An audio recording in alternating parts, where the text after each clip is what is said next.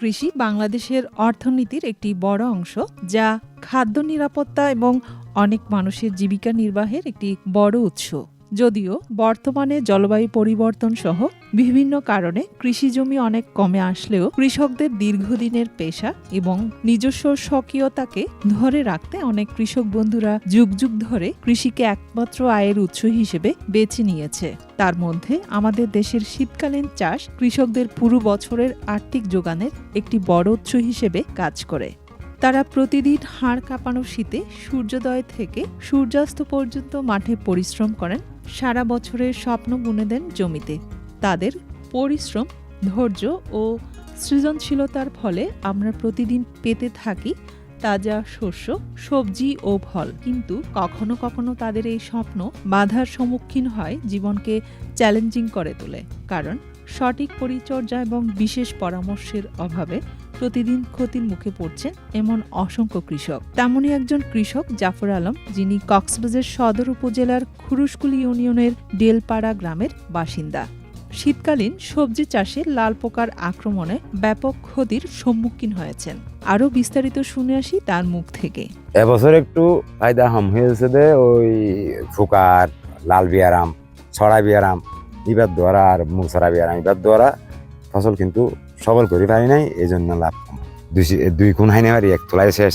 তাহলে ইয়ান আল্লাহ আর কিন্তু দুঃখিত। বিয়ারাম এবার কি করলে যাইব, ইয়ান লই টেনশন আছি। ইতারা দে হাতা হলমে জানা দে ওষুধ আছে, চিতা ওই আর রকেট আছে, আর মিক্সিন জিনুগা সিরাপ আছে, গিয়াওয়া ফোটার ইন দে ইন মাইলে তো কেনে যা পারাই এই রকমেরই। এই সমস্যার সমাধানে কৃষকদের পরামর্শ প্রদানের জন্য আমরা কথা বলি উপজেলা কৃষি অফিসার জনাব রাসেল রানার সাথে। আমরা যে পরামর্শটা প্রাথমিকভাবে কৃষককে দিয়ে থাকি সেটা হচ্ছে, আমরা যখন চাষ করব তখন আমরা এটাকে পরিষ্কার চাষাবাদের আওতায় নিয়ে আসবো, মানে নিচে কোনো পাতা বা অন্যান্য যে কোনো আবর্জনা এগুলো যেন না থাকে।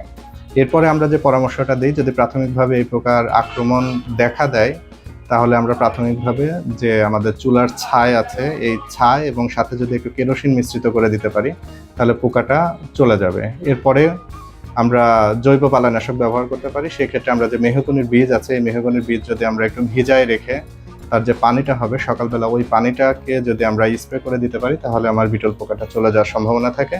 একেবারে লাস্টের দিকে যদি আমার এই পদ্ধতিতে কাজ না করে, সেক্ষেত্রে আমরা ইমিডাক্লোরপিড গ্রুপের যে কোনো একটা ওষুধ যদি নির্দিষ্ট মাত্রায় স্প্রে করে থাকি, তাহলে এই পোকাটা চলে যাবে। এবং আমরা যেটা পরামর্শ দিই, সাধারণত ইমিডাক্লোরপিড গ্রুপের একটা ওষুধ স্প্রে করার তার 7 দিন পরে আরেকবার স্প্রে করবে। যদি সেক্ষেত্রেও কিছু পোকা থেকে যায়, তাহলে 10 দিন পরে আরেকবার স্প্রে করলে আশা করা যায় এই পোকাটার দমন করা যেতে পারে। সঠিক পরামর্শ ও সচেতনতায় ফসল রক্ষা করা সম্ভব।